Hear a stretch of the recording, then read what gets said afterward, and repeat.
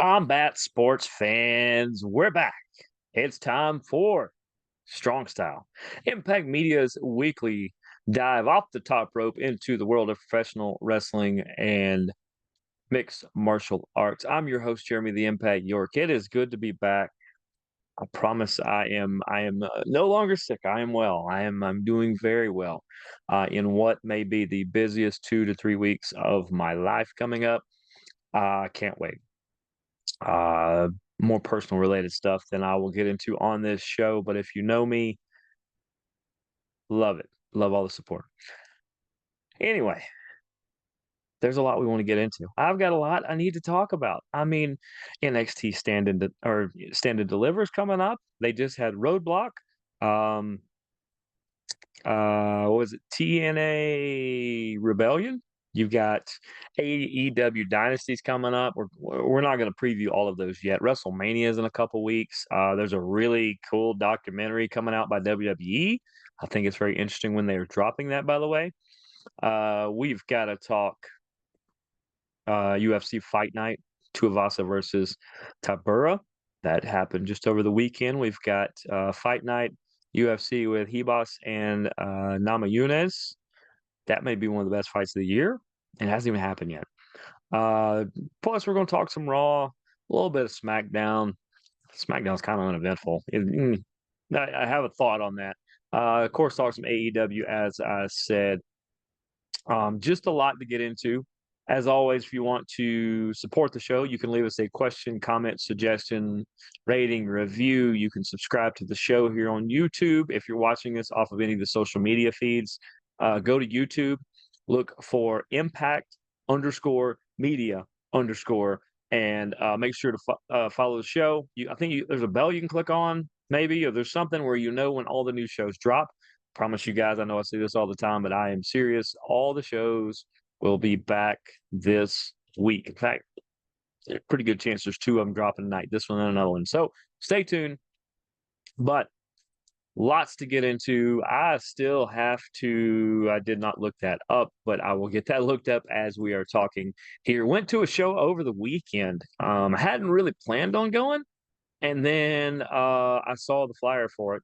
I know some people involved with it, and I love a good local wrestling show, and I really, really love supporting my friends, and I enjoy some good food. And I got all three and more from this show, so I will definitely be telling you guys about that coming up. You know what? Let's start there, and then I will get into a little UFC, and then we will dive into the wrestling action. Like I said, Impact underscore media underscore is how you'll find almost all of our shows. The only things you don't find on that particular YouTube channel is our hockey and rugby coverage. Right now, there's a lot of hockey coverage, not a lot of rugby, but that is Board Check 99. It has its own as far as that. Let's see. Let's talk about this Deep South Wrestling show. Deep South Wrestling. It is ran by Eric Adams, good friend of mine, and Nick Patrick. You guys should know Nick Patrick if you are of my age or better. They do shows, monthly shows at Das Barbecue. That is DAS BBQ in Atlanta. That is Memorial Avenue. It's which one is that? Can we? Yep. See if we can get the producer to that. Is Memorial Drive. Okay. Pretty sure it was. It's right there by Grant Park. It's right there by the zoo. It's near all of that. Spectacular outdoor patio. They've got some outdoor seating. They got some really, really good food. This week I had the mac and cheese and the Brunswick stew. I was not that hungry, but I wanted to eat some of the delicious food, and it did not disappoint. Absolutely did not disappoint. See if I can find the card, because his card was just insane from top to bottom. This thing, just I mean, you could have. I said this multiple times. You could have took the matches on this card, put them in a blender, and poured them out any way you wanted to. You could have done this multiple times, and this thing, start to finish, was amazing. Was absolutely amazing. They called it March to Victory. Where is? Do they not have?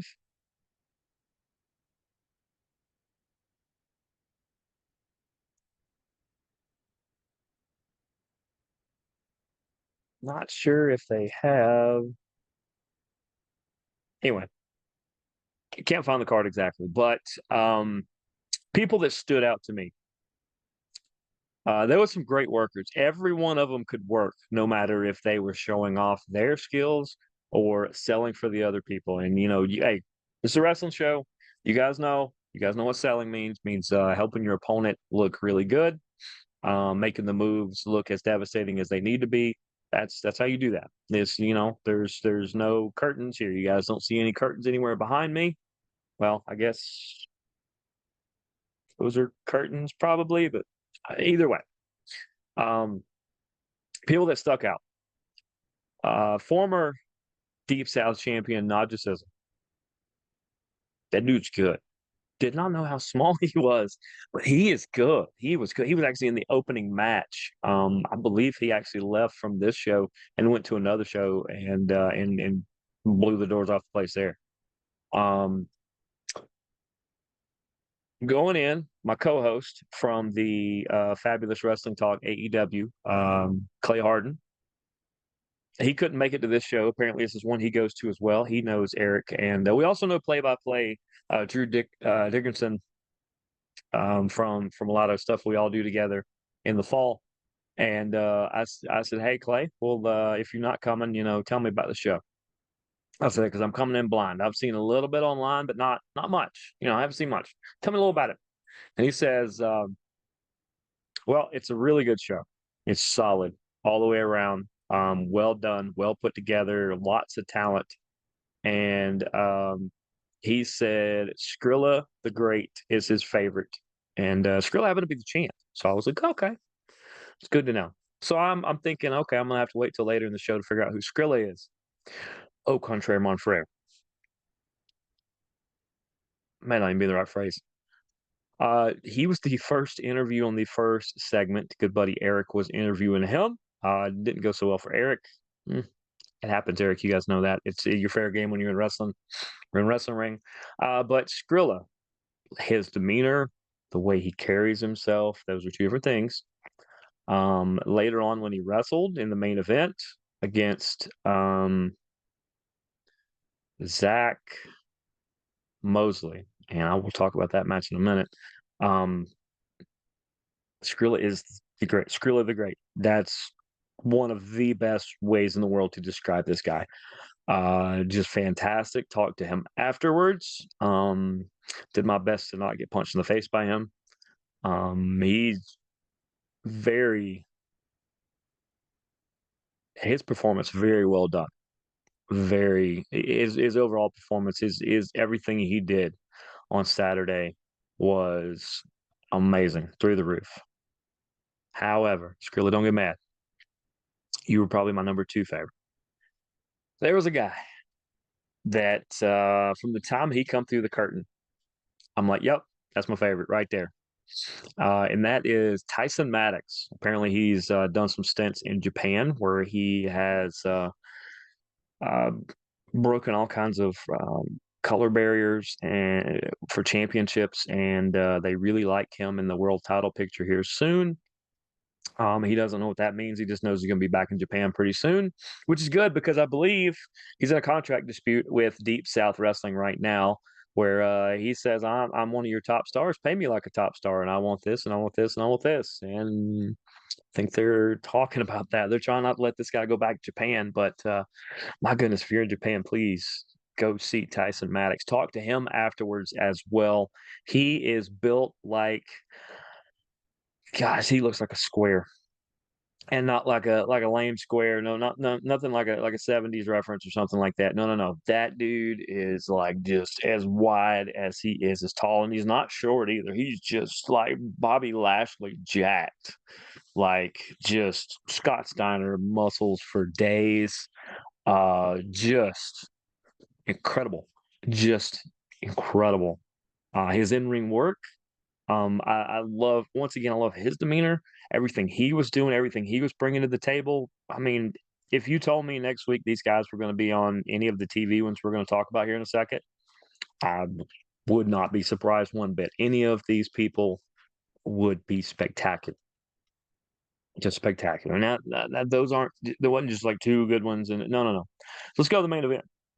Zach Mosley, uh, one of the best mullet games in wrestling right now. He more than held his own with Skrilla. Skrilla had to dig deep to find ways to beat Zach Mosley. I found myself involved in the main event because I waited a little late to try to get a seat. I was too busy eating. Not really the world's fastest eater. So I found a spot where I could not only see my car because I wasn't sure if I could park where I did. Turns out I could, but I wanted to make sure I could see my car. I wanted a good view of. I was kind of across from the entranceway. I want to see people come out of the entrance, and I was also near a good buddy Drew who was calling the action. I thought it was a good spot, and so I find a couple that are seated at a big table, and there's other people at the table. And I say, "Hey, is there anybody sitting in this seat right here?" And they said, "No, no, absolutely." And she moved her purse. I said, "You know, I appreciate that." And got talking to them. They go to a lot of shows. Shout out to them. Don't know if they watch this show, but I'm sure they might. Because I told them about it. But uh, dude was really cool. But the lady, her name was Vita. And the main reason that I remember it so well was when Skrilla the Great came out to do that interview segment at the very beginning. He says he kind of turns and says, "Hey, where's my girl Vita? Where's Vita? Oh, there's Vita." I'm looking. I was like, "Okay, well, they said they come to a lot of shows. All right, you know, sometimes wrestlers just get to know fans and kind of pick on them a little bit. And it's cool. It's fine." He goes, "Yeah, Vita. I know you want me to lose tonight." Because the contender for my belt tonight, you know, he's patting his belt. The contender tonight is Zach Mosley, your nephew. It's every bell went off in my head, and not like, oh no, no, no, what's gonna happen? Oh no, no. I'm like, oh boy, oh boy, oh boy. This is not just gonna stay with him over there and her over here to my no, no, no. At some point they're gonna be near each other. At some point they're gonna be in face, you know, at some point I'm now in the main event because I'm sitting beside Vita, who is probably the most important person there at this point. I could not have picked a better seat. Plus, she was fantastic, and she wasn't. This wasn't like, oh, she knew she was in on. No, no, no. Skrilla pulled her very much into everything he was doing, which made it that much more spectacular. Him and Zach fought into the crowd, and by into the crowd, I mean basically into our laps where we were sitting, which was awesome. It's been a long time since two wrestlers have fought that close to me. Um, I brought that up to Skrilla at the end, and he you know he made it clear that it was a good idea that I did not try to help him or touch him in the process. He would have laid me out. I understand, Mister Skrilla, sir. Understand. Innocent bystander, just patron watching the show. Um, but of course, he retains his title. The co-main event was a great women's battle. They have a brand new sponsor that sponsors just the women's division of Deep South. These are free shows because their sponsors cover everything. I mean, how cool is that? Plus, Das Barbecue had really good barbecue. There were I don't know his first name, but his last name I believe was Jones. Big, tall dude. He actually was saying hey to Vita and everybody where I was, and then a little shorter guy come out and was just talking crap about him. And that guy turned around. just in time for Mr. Jones to hop into the ring and beat him like he owes him money. He did the Mark Henry. It's not Olympic Slam, but World's Most Powerful Slam, to which Eric, who was in the ring, kind of looked like it looked like he actually said, maybe do one more. Jones looked down. Okay, picks him up, and he does it again. Just smash. You're like, this poor kid. And then without being prompted, somebody says, one more time. To which I love chanting at wrestling shows too. I echoed along with everybody else, one more time, one more time, one more time. Guy looks at Eric. Eric looks back at the guy and goes, give the people what they want. So he picks him up and he does it again. This poor kid, they literally needed a spatula to get him to the back. I mean, if you would have had a dolly or a cart, it might have helped. He looked legitimately out of it, and I bet that's the last time he ever tries to buck up to him. There were so many really good wrestlers out there. Luca Daniels is really good. He had a stipulation a couple times ago, apparently, where if he lost if he lost a particular match, then the person who won the match, I don't know who else was in the match. I think it might have been Cosmos Martinez who was in a match against it this time. But the stipulation is that the winner of that match gets to pick Luca's the mask that Luca wears for a year, for a calendar year. Apparently, he's wore a gorilla mask. He's wore some other ones. He had a lucha mask this time that did not. He doesn't understand that chin straps actually help hold it onto your face. It kept falling off, and when it fell off, match stops. Referee goes, put it back on. He puts it back on, and then we go again. But man, he's a good worker. He's I liked him a lot. Um, there's a guy named Skywalker that challenged Skrilla last time around, apparently, but he was in the tag match with Cosmos and one of their newcomers. But outside of just knowing that he's pretty brand new, his wrestling wasn't that. It wasn't terrible at all. It actually fit in with the stuff they were doing. Those were makeshift teams. I think they did well. Um, so much more I'm going to talk about in the near future. Their next matchup, I mean, their next card is April 13th, I believe. I'm going to try to have at least somebody on from Deep South right before that to talk more about the show. And I just go out there. If I'm available that day, I'm going. And you guys should definitely go because there's always the chance that Jeremy stays in the car and the Impact makes his way to the show. Not to be a part of the show, but man, did it feel good to be at a wrestling show? Didn't feel like an indie show either. It felt good to be at a wrestling show that was that electricity. Yeah, The Rock talks about it. We'll talk about Dwayne here in a minute.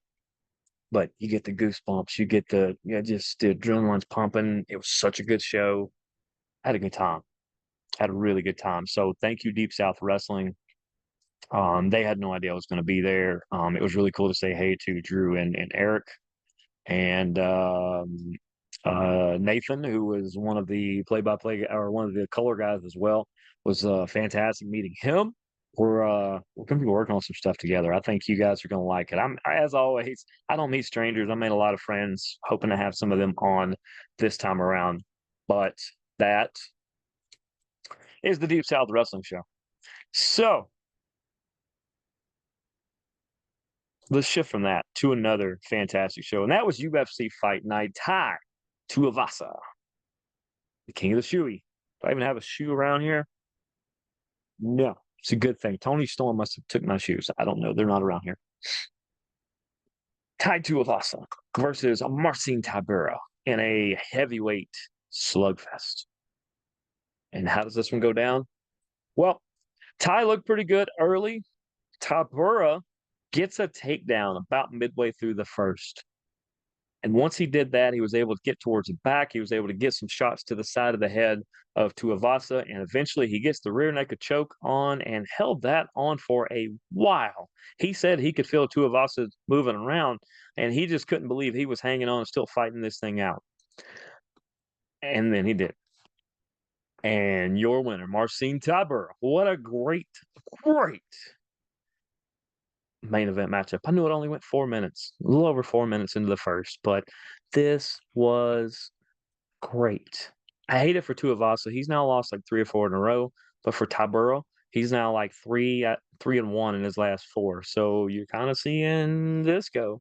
Hope to keep Tuivasa around. That's usually the perfect chance for them to move on from a fighter. But in this case, I don't think that they are going to. Um, Great main event though. This is the kind of main event you wanted, especially when the co-main event ended. It went a little longer. It went 2 full minutes longer than the main event. However, it ended as a no contest, as Angie Lusa and Brian Battle were coming at each other in the middle of the octagon. Brian Battle's thumb finger kind of catches Lusa across the eye a little bit. It caused him to have blurry and then no vision for a minute, and that ended the fight prematurely. This thing ended up as a no contest. You hate it for Brian, you hate it for Lusa, but at least the main event helped make up for that. Now, the one right before that, Ovince St. Preux took on Kennedy and Chukwu. Split decision win for St. Preux for OSP. It's a good. Yeah, it was a solid one. All right, it's these are two world beaters, and they they were showcasing everything they had. And by the end of it, OSP ends up with the win. It was a good, solid middle of the main card fight, and it was coming off 2 pretty good ones right before then. So, trying to get that momentum, and they kinda kept it going, and it just kept going up as it got into the main. I guess I should do it more where you can see it. It just kept going up as it got into the main event. Because right before that, you had Christian Rodriguez, who got the split decision win over Isaac Bulgarian. Clearly, Christian probably more than likely on most scorecards won the fight. Isaac put up a good fight. This was actually his first loss, I believe. As he is 6-1, and Christian Rodriguez is 11-1 now. Once again, really good fight for a main event. And it was coming off the what I call the icebreaker, or the curtain jerker, so to say, to use a wrestling term. But to to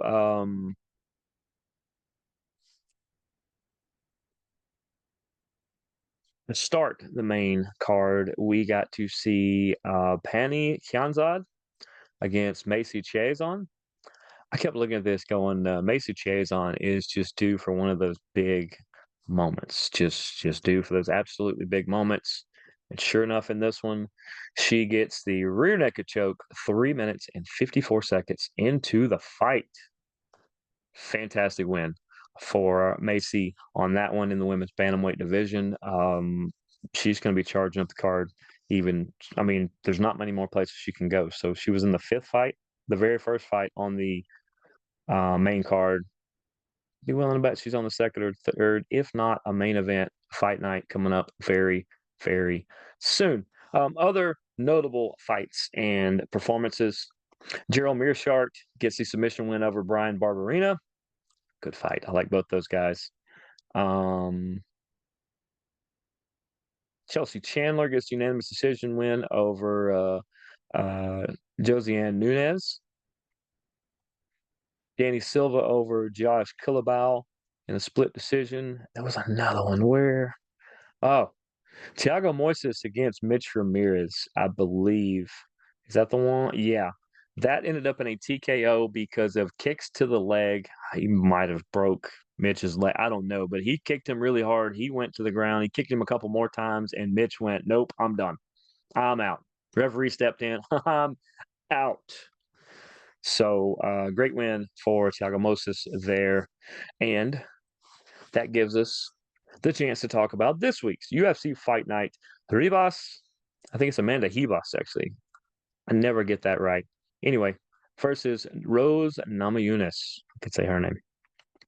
That's for the women's flyweight main event. If anybody can stop a Rose Namajunas, Amanda Hebos is one that has the skills to do so. The things she brings to the table, or the octagon rather, are ways to counteract things that Rose does. But Rose is almost in that thug Rose mentality. You can see the eyes. You can see she's super focused. She wants to get back to the top. She wants that belt again. And this fight here might be one of the best women's fights, maybe one of the best fights we've seen all year. Who knows?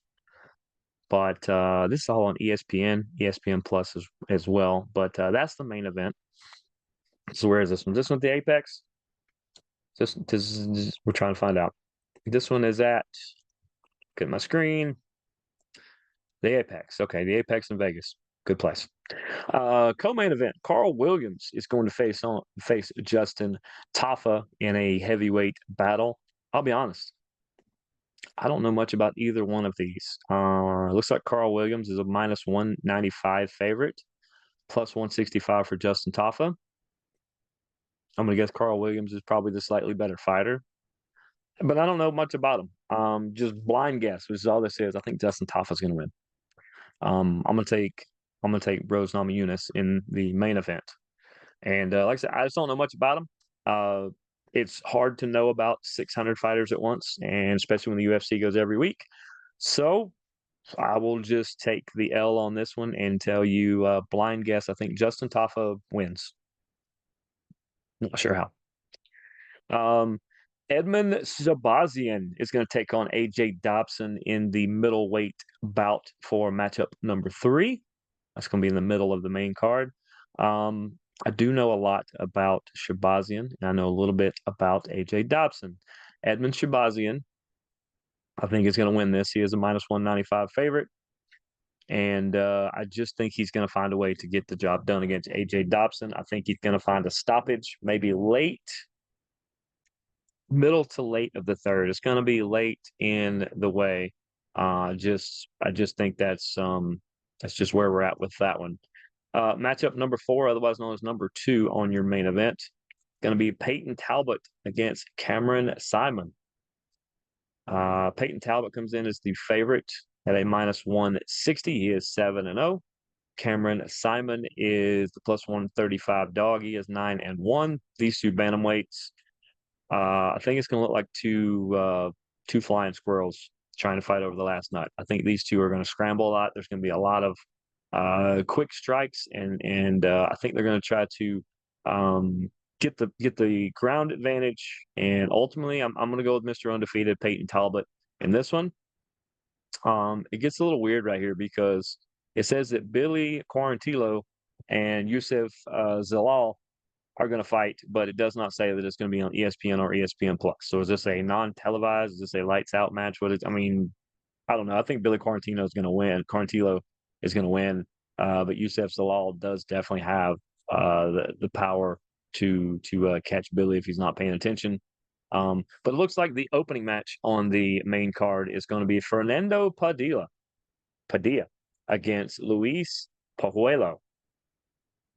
And I know a little bit about these guys. I admitted earlier I didn't know about those other two. I know a little bit about these guys. I think Luis has the advantage here. I know he's the dog in the fight, just barely at a plus 140, minus 170 for Fernando. I just think Luis is going to find a way to get this one done.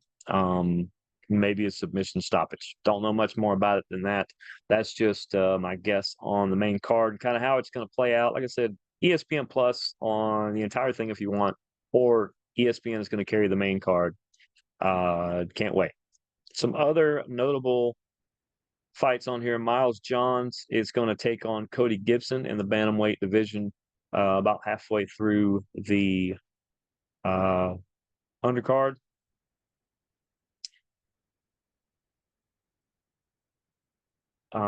It baffles me, by the way, that we're this close to the show, and Julia Palastri does not have an opponent. It says opponent TBA. Good job. It, find her one. Find her an opponent. Somebody wants to fight. Let them fight. Um. Oh, Andre Lima and Igor Severino are going to be one of the opening contests. I don't know if it's going to be them or if it's going to be Muhammad Usman versus Mick Parkin in the heavyweight division. One of the two of those is going to open the card, and I would say watch both. Usman and Parkin is in the heavyweight, so they are going to be throwing some cinder block hands. And Severino and Lima are flyweights. I think you're going to see more technical ability at that point. But that's all the UFC for this week. We will have a lot more coming up in the next few weeks. But let's now swap over to let's talk some WWE. You guys probably figured out what's behind me there. It's kind of a weird picture of them. But let's start with SmackDown because SmackDown does this. It used to do this a lot. Since Triple H took back over, it doesn't do it as much. But sometimes you just got to step in and you got to tell the wrestlers what to do.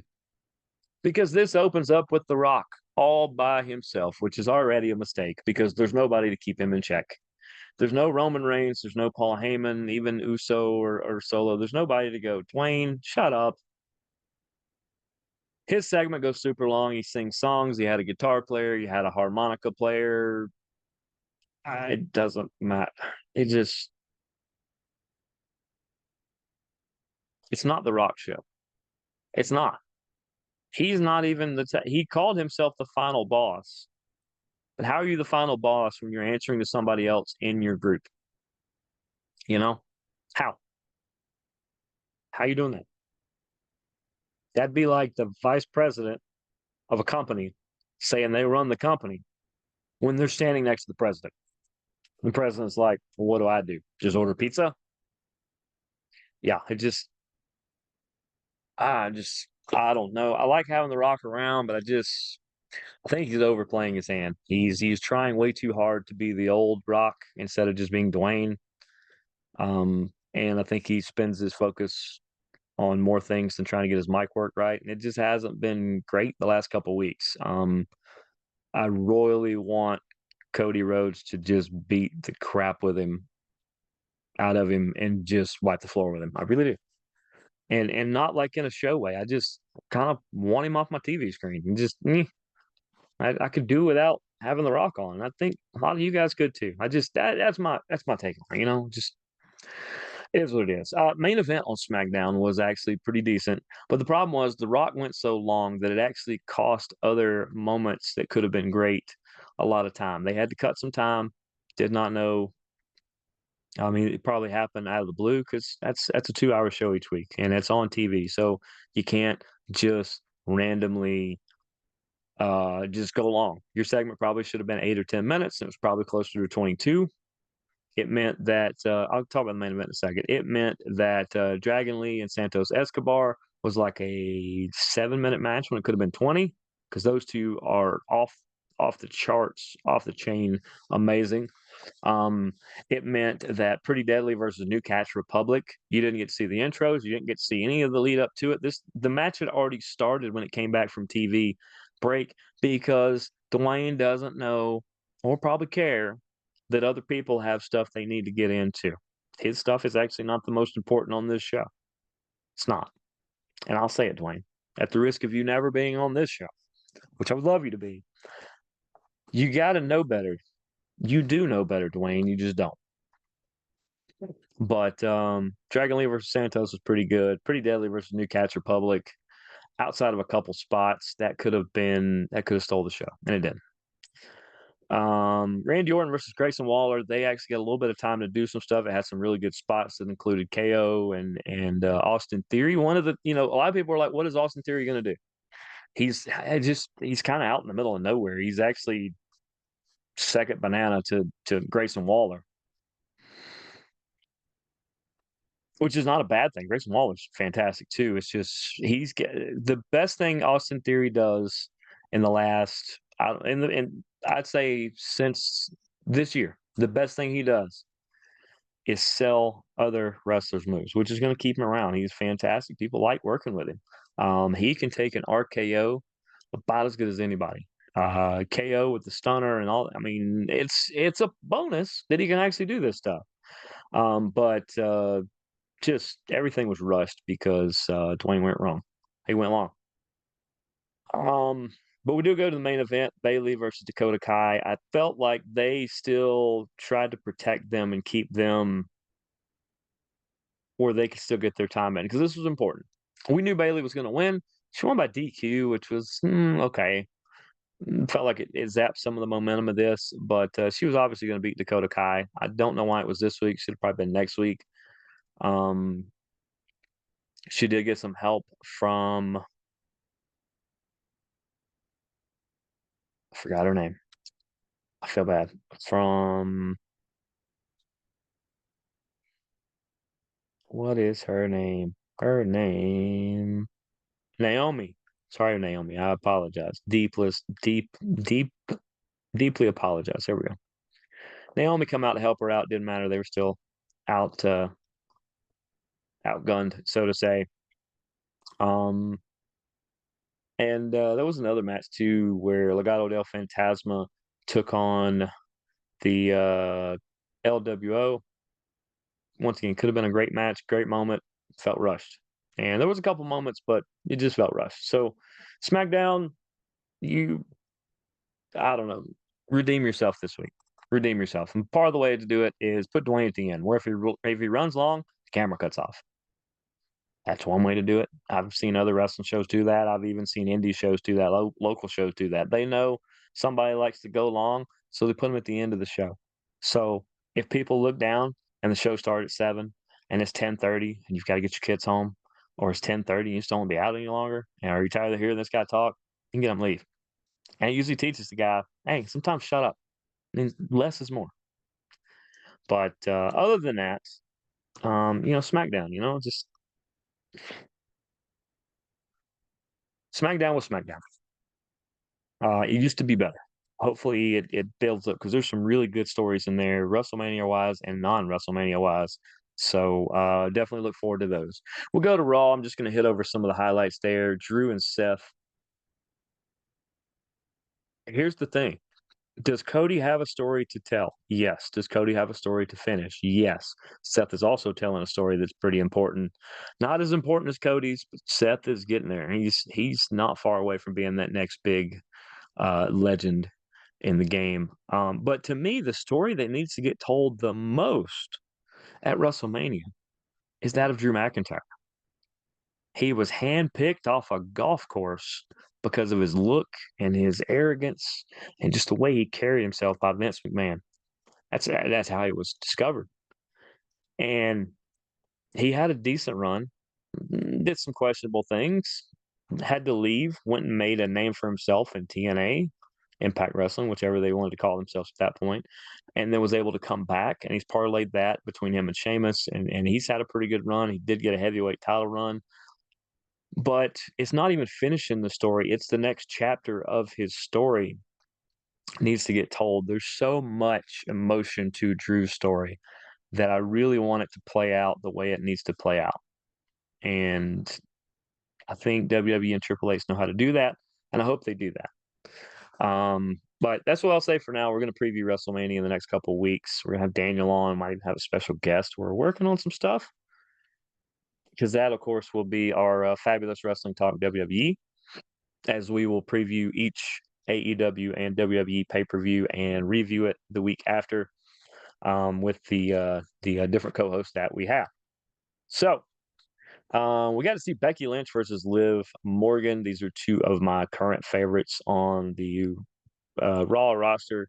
Glad to see Liv back. Glad to see that they let her show that she can hold her own with a Becky Lynch. Becky is still a little bit better. She did get the win because Liv could take the loss. But Rhea Ripley came out and kind of taunted them both, which is fine. But Becky versus Rhea is going to be really good at WrestleMania. The only part of the next match that I have to mention, because it's Avi Nal and Maxine versus Indy Hartwell and Candice LeRae, is there's this thing going around where Maxine was booed out of the building after an indie show because everybody thought she did a bad or some of the fans thought she did a bad job. She didn't. Um, so they're playing it into a storyline where halfway through the match, Candice LeRae just looks at her and just starts berating her verbally and telling her how she's not good. And you think anybody likes you, and then all this. I was like, what are we doing? This is like when the WWE does bully storylines. Let's not teach our audience that bullying is okay. Let's not teach them that it's okay to talk this way to people. I know you're doing it for a storyline, but come on. This is no, I don't like this at all, and I'm a big Candice LeRae fan, and kudos to her for pulling off the segment and doing it as well as she did, but what are we doing? What are we doing? This is how you lead to real life breakdowns in the middle of a wrestling ring that drive people absolutely nuts and drive them out of the business. That's I don't like it at all. Don't like it. So let's cut it out. Um, Cody came out and talked. Kabuki Warriors beat Baszler and Stark. What else were they? I mean, Zoe Stark seems like she's trying too hard when Baszler needs to kind of keep her held back a little bit because Zoe Stark's really good. I'm not a big fan, but that doesn't mean she's not really good. And and they're a decent team, but no real build up, no real nothing. Going against Kabuki Warriors, a recognized team, plus the tag champs, didn't stand a chance.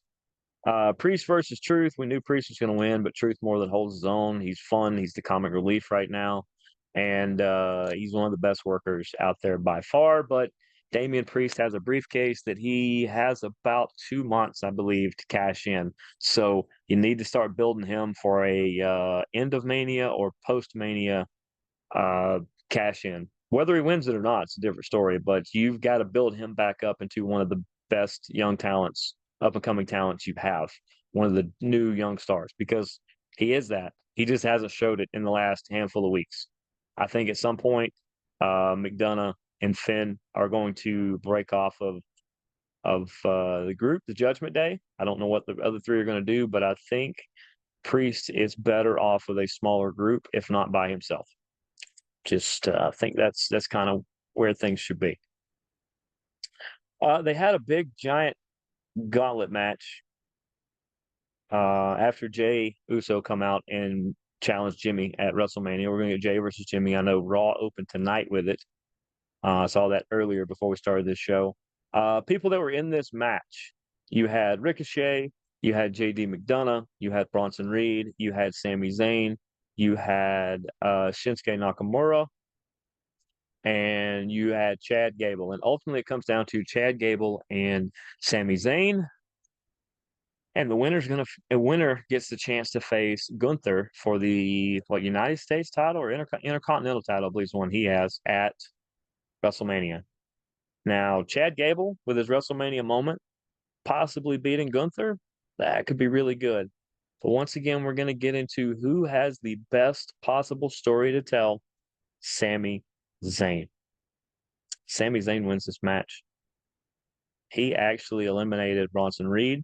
He eliminated Shinsuke Nakamura and Chad Gable. Was able to pin them all.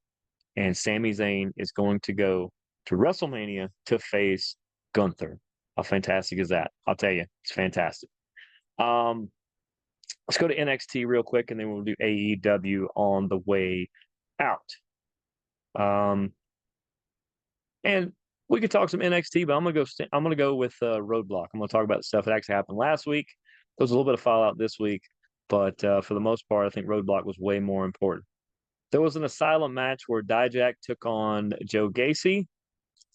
Dijak is really good. He ended up winning this. He can be an instrument to make Joe Gacy better because Joe Gacy, I do not want him to have the same or similar gimmick, same thing as this, but Gacy can take over that spot with the right push that Bray Wyatt had. He can be the weird, kind of crazy psychological guy, and he can do that. He can lead a group or he can be by himself. He can be that guy.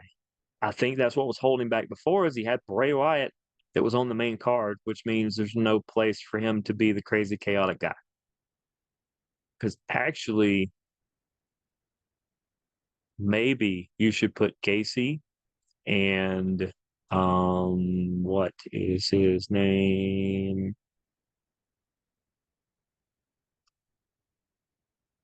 Lexus King. Him and Lexus King. You got loose cannon and you kind of got psychotic straight jacket guy. I would That would be a pretty good little team. And then they don't have to team all the time. They can just have each other's back. It doesn't have to be a team. It's more of a group because of the extra voices involved. If you guys get where I'm saying. But Dijak versus Gacy in an asylum match when it had all kinds of bizarre things everywhere. It was actually really well done. Dijak off the top, I thought was fantastic. Gacy with duct tape over his eyes and in a straitjacket, still selling everything Dijak did to him and even getting some offense himself was awesome. Just well done all the way around. Braun Breaker and Baron Corbin defended their tag belts against Duke Hudson and Andre Chase of Chase University. Good, solid match. I don't know how long that's going to go because we know Braun Breaker is already a SmackDown superstar or a Raw superstar or whatever.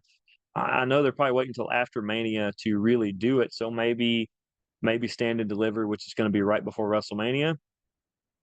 That that's probably when you're going to see the title change because unless Corbin comes up with him, I mean, they could actually keep the NXT belts and defend them a little bit. That's an interesting angle. I think you need to leave him down there, though. Thank goodness Sean Spears is not only back on television, but he's back in NXT where he can do some amazing, amazing things. Seems like him and Ridge Holland are going to kind of kick it off. He can push Ridge Holland to where Ridge Holland needs to be. He is a great one out of the gate for Ridge to be against. He took on Uriah Connors, rather, in this one. Can't read my own writing. But Ridge had something to do in the end. But Sean Spears is a pro. He's a pro's pro. And I am so excited to have him in a prominent role back on TV. I'm glad he took the NXT deal that he was given. Lyra Valkyria and Tatum Paxley took on the Kabuki Warriors. Roxanne Perez came out in the end. The Kabuki Warriors, of course, won this. I don't know why you would have your champ and her almost borderline stalker as a team. It's not a creepy stalker. It's just kind of a weird, lack of a better term, nugget. Big Owen Hart fan. Nugget. Tatum Paxley, nugget. And but the Kabuki Warriors, of course, win. Roxanne Perez still trying to challenge for the belt, which is fine, but it just seems like every time you turn around, she's in the main event. I know she's probably one of the best down there, and she didn't get a call up like Tiffany Stratton did, like some of the other ones. It's probably because she's really young, and they still need her presence down there. Where SmackDown and Raw need more Tiffy time and things like that. So that's why you get those call ups. Fallon Henley versus Blair Davenport was probably one of my best or one of my favorite matches of Roadblock. These two girls really went at it, really did a good job. It was just a solid wrestling match. You could tell the two of them don't like each other at all. We saw the return of Sol Ruka in the very end, so it's good to see her back after her injury. I'd forgotten she got injured. So Sol Ruka is a big talent. You guys are going to like having her back. It looks like her and Blair Davenport are going to kind of get into it. And Fallon Henley gets a solid win. When's the last time you could say that? The No Quarter Catch Club had their heritage title, and they have the catch rule, as they call it, where any member can defend it. It's kind of the Freebird rule, but I like it. And Regal come out to kind of congratulate them, and it was nice to see Regal stare at his own son in the eyes and the appreciation he seemed to have for how well he's doing. And just fantastic. If you can't figure out which No Quarter Catch Club member is Regal Jr., basically, then you're not watching. That led us to Tony D'Angelo versus Carmelo Hayes in the main event in order to take on Ilya Dragunov at Stand and Deliver for the NXT title. Really good match, and I think they are starting to figure out that Tony D'Angelo can be a big primetime player in the future, and that Trick Williams is on his way to being one of the next big things. Of course, he had Trick involved in it a little bit. He didn't cost Melo the match. Melo cost himself the match. But Tony D'Angelo wins. It's going to be him versus Dragunov. Those two are going to absolutely destroy each other, and it's going to be spectacular. Just absolutely spectacular. But that's all the WWE there. Oh, TNA Rebellion. How can we forget TNA Rebellion? Sorry, TNA. Did not forget you guys. You guys will notice a couple changes on this show, but dropping TNA is not one of them. TNA Rebellion is going to be on 420 because, of course, it is going to be a smoking show. If you get that, stay tuned for more. But TNA Sacrifice happened over the weekend. I believe it was on Friday, actually. I had to watch a replay.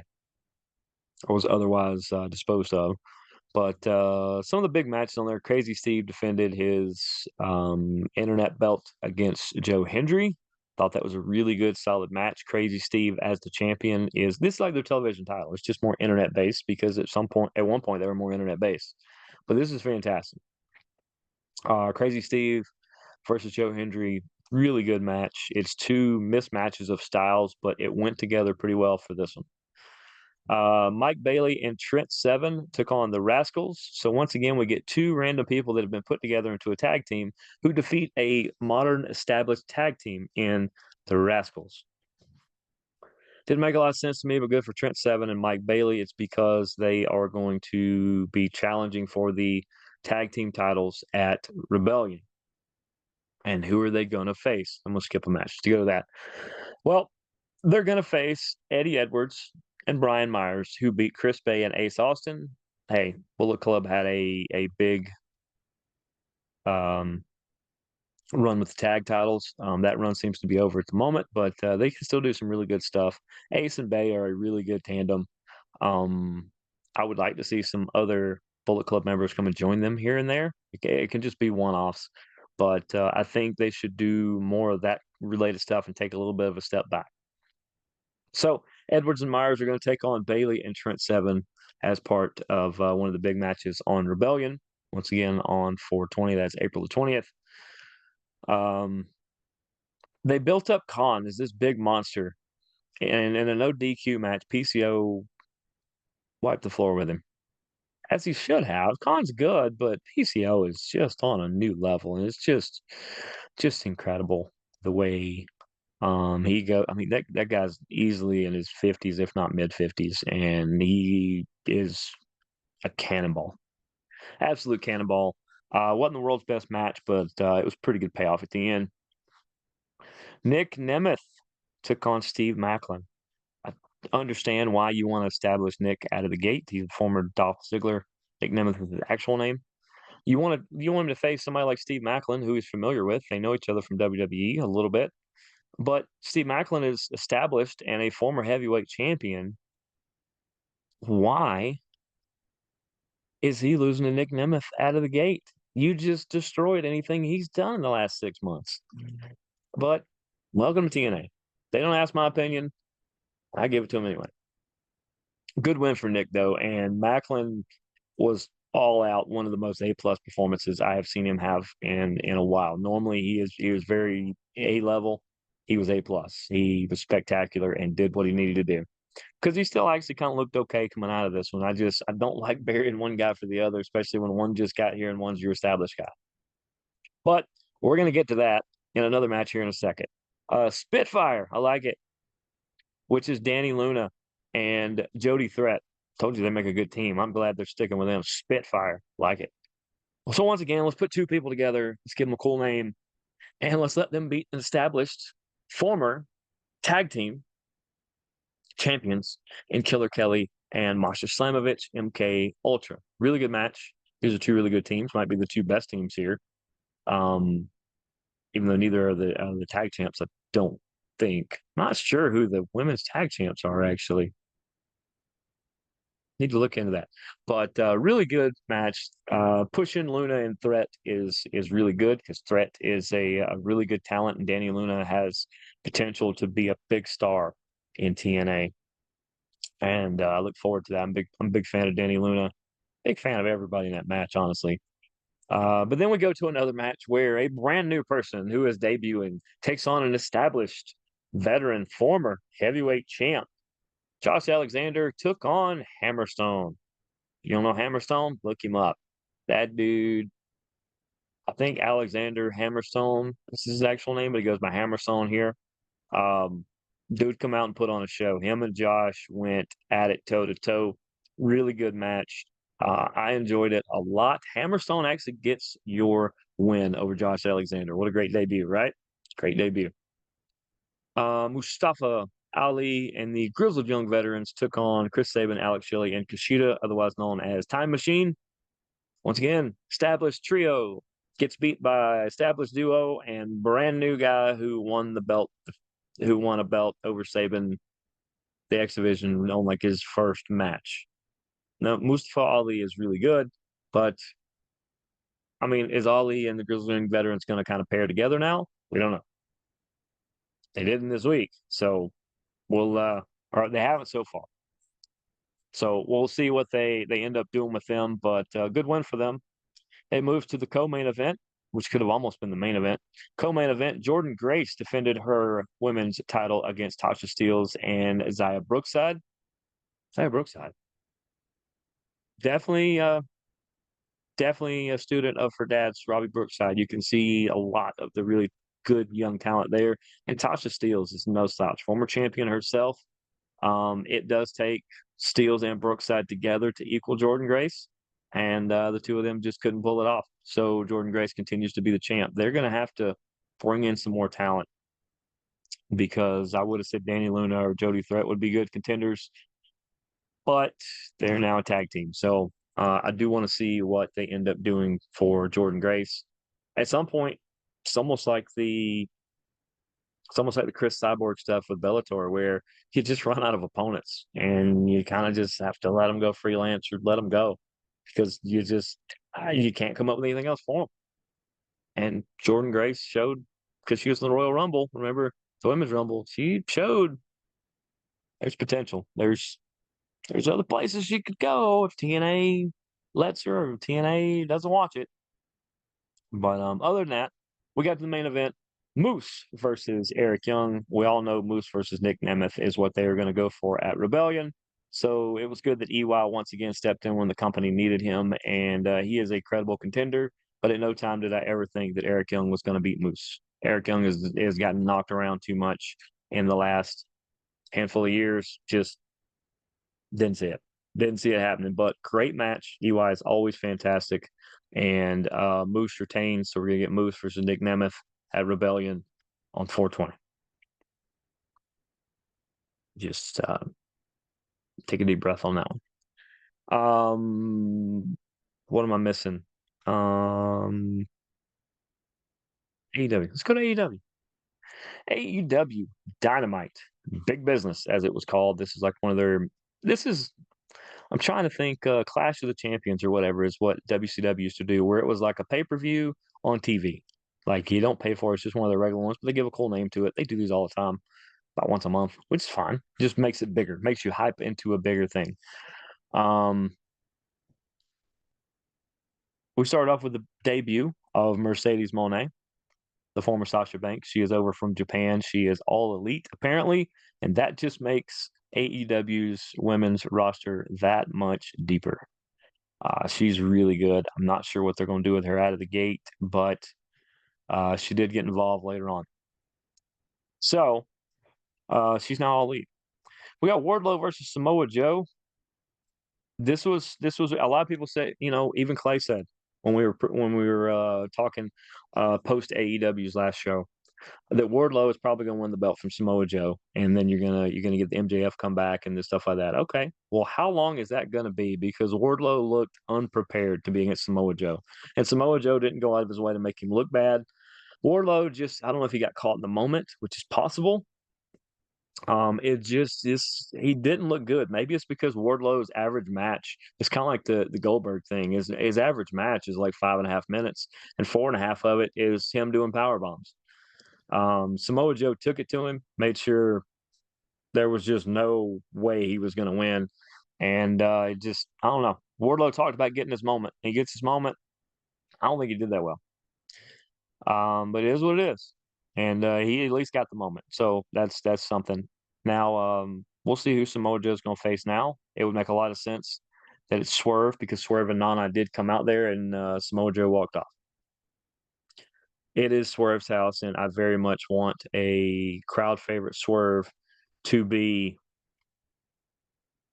front and center, at least till MJF comes back. I do agree with Clay when MJF comes back that the focus needs to be there, and hopefully also that has to do with that coincides with Adam Cole being cleared. I don't think we're close to that yet. His ankle's pretty bad shape. We got to see the Elite beat um, Eddie Kingston, Penta El Zero Miedo, who's going to be at a show this weekend I'm going to, and Pac. That's a fun little trio, by the way. But of course, the Elite's going to win. They just added Okada. This is a really good match. Really good match. And Eddie Kingston continues to show the star that he is. Pac had some good moments in his return, and Penta is just one of the most solid wrestlers in AEW right now, in my opinion. But the Elite get the win. Ospreay comes out and says some stuff and just keeps everybody letting you know I'm still Will freaking Ospreay. Jay White with a big win over Darby Allin. Darby unfortunately broke his foot at the end of the match. Jay White and the Bullet Club Gold probably have a little bit to do with that. And that also caused the Acclaim to come down and pretty much the split between Bullet Club Gold and the Acclaimed, as me and Clay both predicted and said. There was only one place this thing could go, and that's the two of them to split and fight. So it's going to happen. And Bullet Club Gold should win that. Jericho and Hook took on the Gates of Agony. Once again, two random people in a tag team against an established tag team that are former champs. And Jericho and Hook end up getting the win over the Gates of Agony. Can't make this stuff up, folks. It's almost too predictable. Willow Nightingale took on Rio.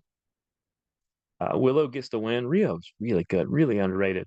But Willow is a future star in not just wrestling, but AEW. Julia Hart came down and Sky Blue and were double teaming Willow until Mercedes Moné come down there and kind of even things up. And she kind of looked at Willow like, I got you. I know Willow and Statlander are more of a group, but Mercedes Moné and Willow Nightingale could be an interesting tandem. Maybe add that with Stokely and Statlander, and that's a pretty formidable 4-person team there. We'll go to AEW Rampage, where Trent Beretta and Orange Cassidy took on John Silver and Evil Uno. Good solid match. Once again, though, some established tag team people in Silver and Uno lose to, well, I mean, Orange and Trent have tagged a bunch, but these, what a great opening contest. Anytime you could open, excuse me, with 4 people that can just flat out go. It's just really good. Orange and Trent end up with the win in that one. The Righteous come down and kind of attack Orange and Trent as they like to do. The Righteous could be really fun. Dutch and Vincent, they're a team that I think could be featured a little more in kind of a Bray Wyatt-esque role. I got to get to the Bray Wyatt stuff here in a minute. But it was pretty solid. Really, really liked it there. Mariah May and Toni Storm, or otherwise known as Mariah May dressed as Toni Storm, and Toni Storm beat Kayla Sparks and LMK, as they should. Deonna Purrazzo came down and said, okay, you guys want to team up? Well, I've got a tag team partner too. Thunder Rosa came out, and they ran both Mariah and Toni Storm off. It's going to be a fun tag team event there because there's 4 ladies who can really wrestle. Commander took on Konosuke Takeshita. They're really building up Takeshita off that Ospreay match. And, if you did it right, that kid can do the lucha stuff. He can do the power stuff. Man, he is just really, really good. And I like what they're doing with him. But Takeshita gets the big win over Commander. Top Flight and Action Andretti took on Roderick Strong, Matt Taven, and Mike Bennett, otherwise known as Well, the Undisputed Kingdom is what they're calling themselves. I still say that Bennett and Taven are the best things going on with that. Roddy's annoying mannerisms is definitely up there too. But of course, they get the win over Top Flight and Andretti. It's a good main event, though. Really good main event. I just want to see more out of the Kingdom. Just with Adam Cole banged up, Wardlow had a bad performance. I mean, Roddy was pretty solid, and Taven and Bennett are as good as they always are. But as a group, they don't do anything. As individuals, they're okay. They're good, but just nothing to them. So we'll move to AEW Collision. Bryan Danielson versus Tetsuya Shibata. Wow. Wow. Have you just, I mean, this, take your favorite back and forth fight, two people who are just trying to outstrike the other, out wrestle the other. So many great moments in this. Danielson ends up with the win, actually, but he gets the respect of Shibata, who up until a couple years ago, we didn't think was ever going to wrestle again. He damaged, I believe, his neck so bad that you start talking about not walking and not functioning well, and then he somehow recovered, and he's not only recovered, but he's back in the ring, and he's still just as good and dangerous as he was before. And this match was one of the best AEW put on all week long, and it was the opening match of Collision. Just incredible, like a little nugget just hidden there.